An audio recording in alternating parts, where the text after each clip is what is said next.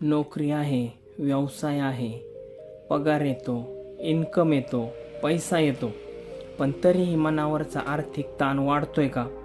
नमस्कार मित्रांनो, मी शिवराज काटे तुमचं स्वागत करतो या व्हिडिओमध्ये.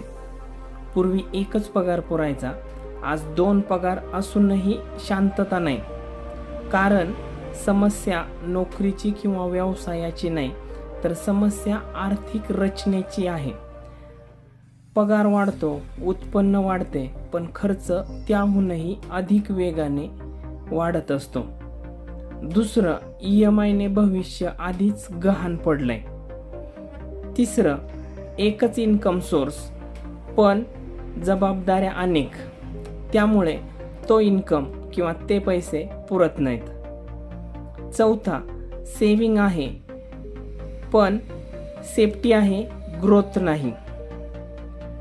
पाचवं, पैशासाठी काम करतोय, पैसा आपल्यासाठी काम करत नाही.